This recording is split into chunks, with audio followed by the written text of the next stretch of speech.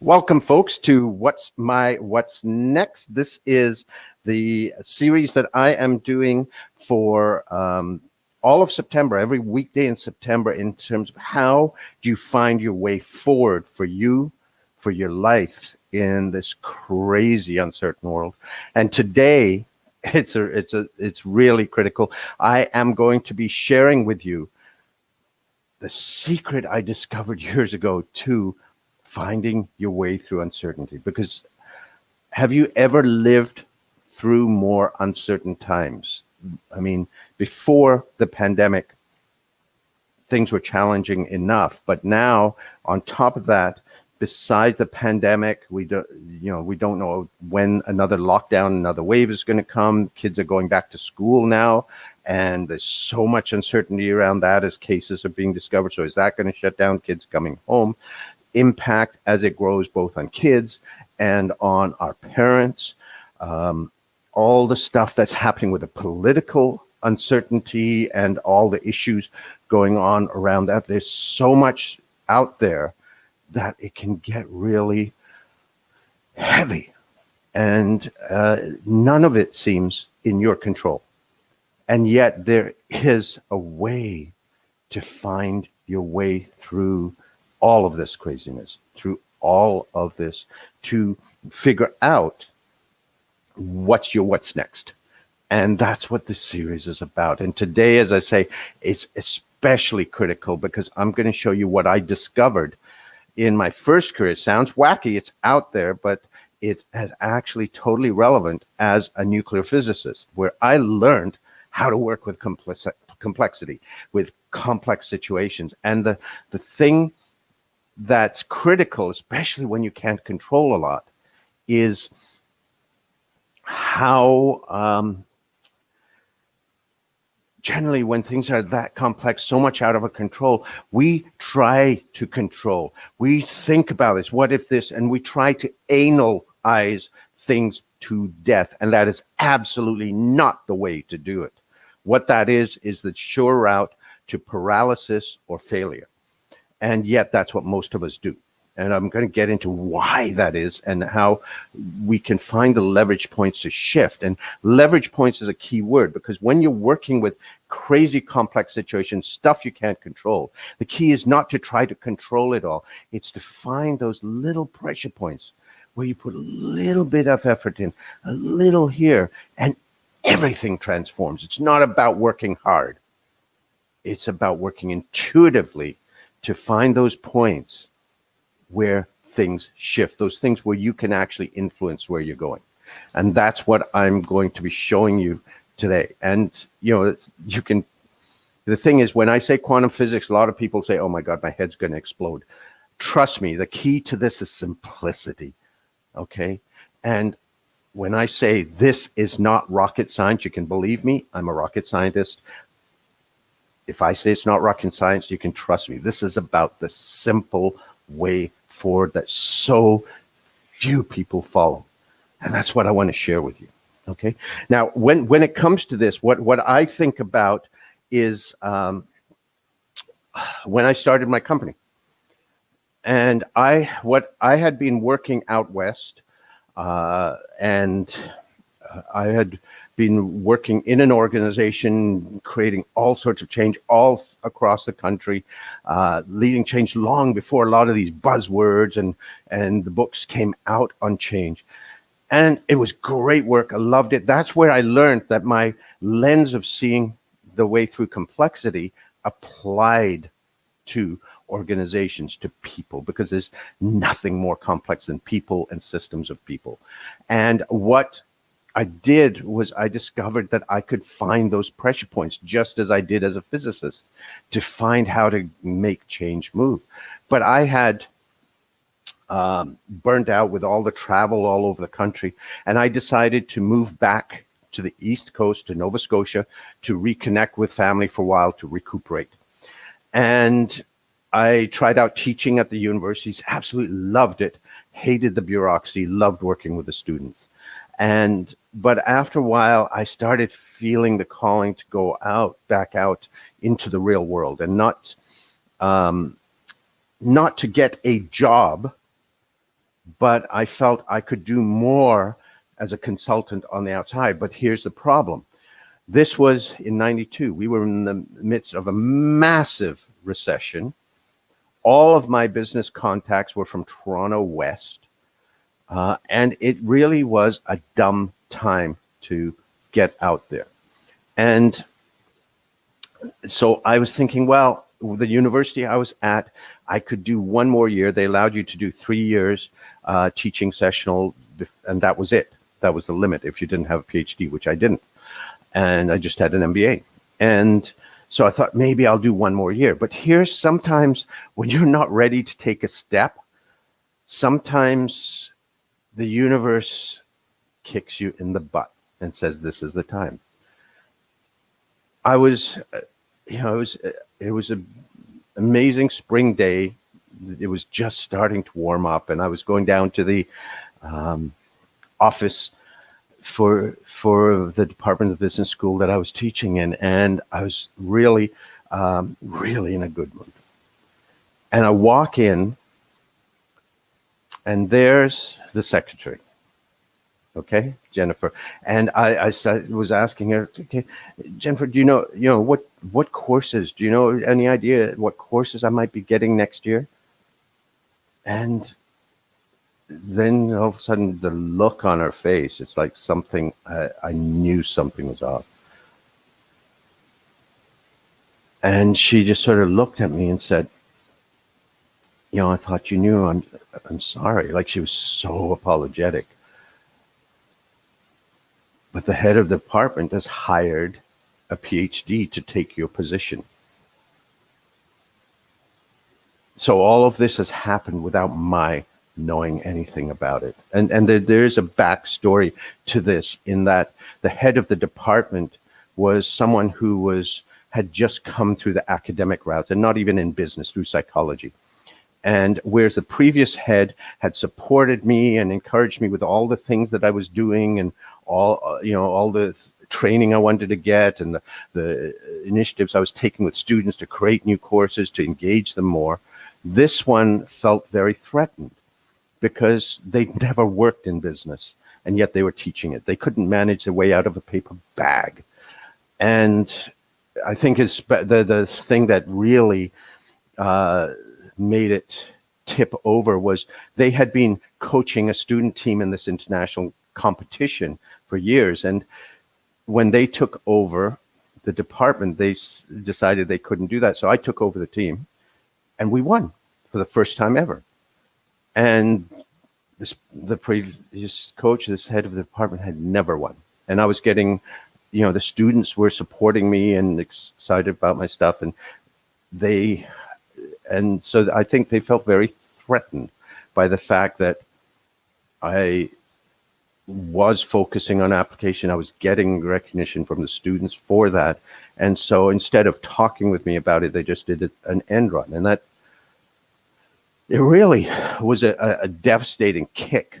And it's interesting because when the students found out about it, they had offered to fight for it, because it really was unethical the way it was done. But I said, what's the point? Even if you fight and you get me one more year working with a hostile boss, that's all I get is one more year. Why throw away your goodwill? And so I realized that was basically the universe giving me that kick in the butt, that despite the fact this is a stupid time, it's time to step out. And the only thing I could do, I knew where I wanted to be in terms of working with organizations, supporting them in change, all of that. But the path there, with a massive recession, with no context around, had no clue.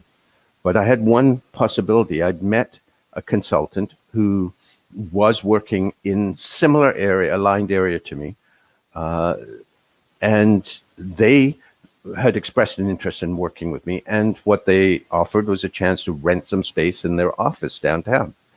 So I decided, okay, it's time to move. Let's start. I started my own company, but I rented from them. That was the first step.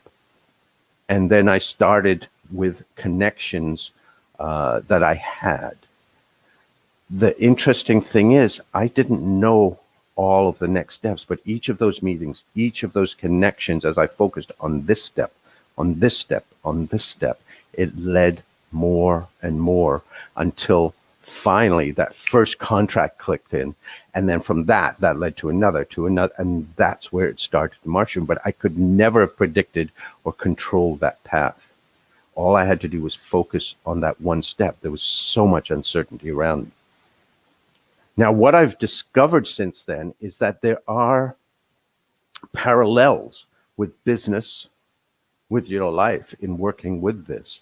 And I've understood how to connect those dots. Now, one of these things, it's interesting. In quantum physics, you have something called the law of uncertainty. People think physics is about, concretizing everything and you know everything. It's so complicated. No. Quantum physics is about uncertainty. You can never know everything. The more you know one part of a situation, the less you know about the other. And so that's what the law of uncertainty says. And I realized in a weird way, it actually translates to life. And let me share with you how that works. If you were to look, if you were to look at life, let's say this is time, and this is however you measure success, financially, whatever.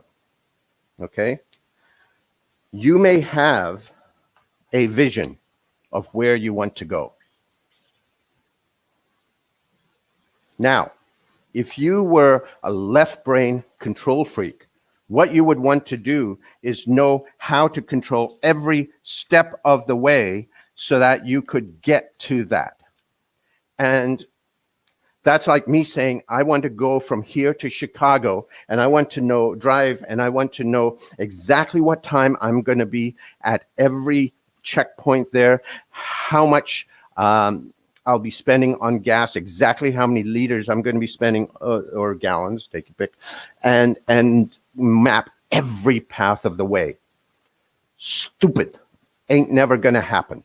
Okay? Even when I work with organizations with strategic planning, you cannot map the whole way. What we do is you do need a vision of where you're going. Then what you do is you map out milestones. So what's my first milestone? Say a year if it's a strategic plan. 2 years, 3 years. Roughly where am I going to be? Then this first year, what you do is you break it down into quarters, and you can map out the first quarter, maybe a bit more. So you can map that out and plan what you're going to do. That's exactly what I did when I stepped out. I didn't know how I was going to build business. First step, get an office, get business cards, join networking, all of the typical stuff. That's the first step. Then you start meeting people, and they build connections, and you know what? The path could take you in a totally different direction from what you expected. And then that connects you with other people, and that moves you up to another place. And then something else leads you there, and something else goes there. And next thing you know, you get to your path, but it's never in a path that you expected. How the law of uncertainty translates to business and in life is that you can know your vision, your destination, or you can know the path. You cannot know both. Does this make sense? I mean, I forgot to mention, if you've got comments, questions, insights, please feel free to put them in, and I can respond to them, bring them into the conversation. What people do is they try to analyze things and go through there. Even if I'm doing it on a corporate basis, I've seen some corporations generate strategic plans that are like this thick, which is totally, completely brain dead. You cannot control the next 3 years. Can you imagine someone putting together a 200-page strategic plan in 2019 and then the pandemic hits? You cannot predict what's going to happen. So what you have to me, a strategic plan for an organization is 5 pages. That's it. 1 page is what I call a strategy map, which identifies the different strategies and graphically shows how they feed into each other. 2 pages are paragraph-long descriptions of what each of those strategy bubbles are. And 2 pages are the milestones. That's it. That's a strategic plan. Then you build an operational plan for the first year, which breaks the first year milestone down into quarters. And then the first quarter or two, it defines very specifically who will do what by when, so that you've got deliverables. And then each quarter you meet to refine your steps. And then each year you revise those milestones as you're moving forward. Same thing applies to your personal life. Same thing applies to running your business. And when things change outside, you got to change the milestones. With the pandemic, you cannot just go forward doing business the way you did before. Okay, one of the things we will talk about later in the series is what does it mean to innovate strategically? Everyone's talking about pivot. What does that mean? It doesn't mean just go do something else. It's about leveraging your strength to find a new innovative way to add value in this new environment. You're changing this map. Now, if you are trying to control everything, all of this, there's so much uncertainty. The more you try to control it, the more you're going to be sabotaging yourself, because you can't. You need a very clear picture of where you want to be. You may not know where the economy is going, but you may need, your vision may be that you are being able to be responsive, survive, thrive even in these times with whatever revenue targets you set. Now, what are milestones for? Because it's going to be, let's be realistic, this is not going to be over in a few months. This is 1, 2, 3 years before we really come through this. So what are milestones for finding your way through that? And you need to, perhaps the first year is just really anchoring what that pivot is for you and how you move forward. You don't know what it is, but by the end of the year, you would have done that. Here's where we get into danger. The key to a vision is a clear, specific vision that's infused with emotion. Okay? So, excitement about where you want to be, that you're thriving through all of this. The trouble is, even if you set that, if you're focused on everything you can't control, if your focus is there and on anxiety and on fear, remember what I said, it's an image infused with emotion. It does not matter what the emotion is. We program ourselves based on that. Even if you don't believe all this stuff about our thoughts shape our reality, from pure psychology, our brain filters out information. Your conscious brain can pay attention to 7 chunks of information, plus or minus 2. That's it.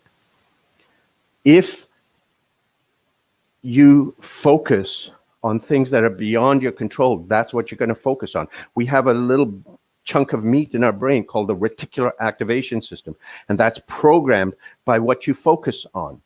And it filters out all of the things out there to fit those there. So if you're focused, you may have the vision, but if you spend more time being anxious, being afraid, being uncertain, really what you have is a negative vision. What you're afraid will happen, all the things wrong, and that's what you're programming yourself to do. If I say, don't think of a blue horse, what happens?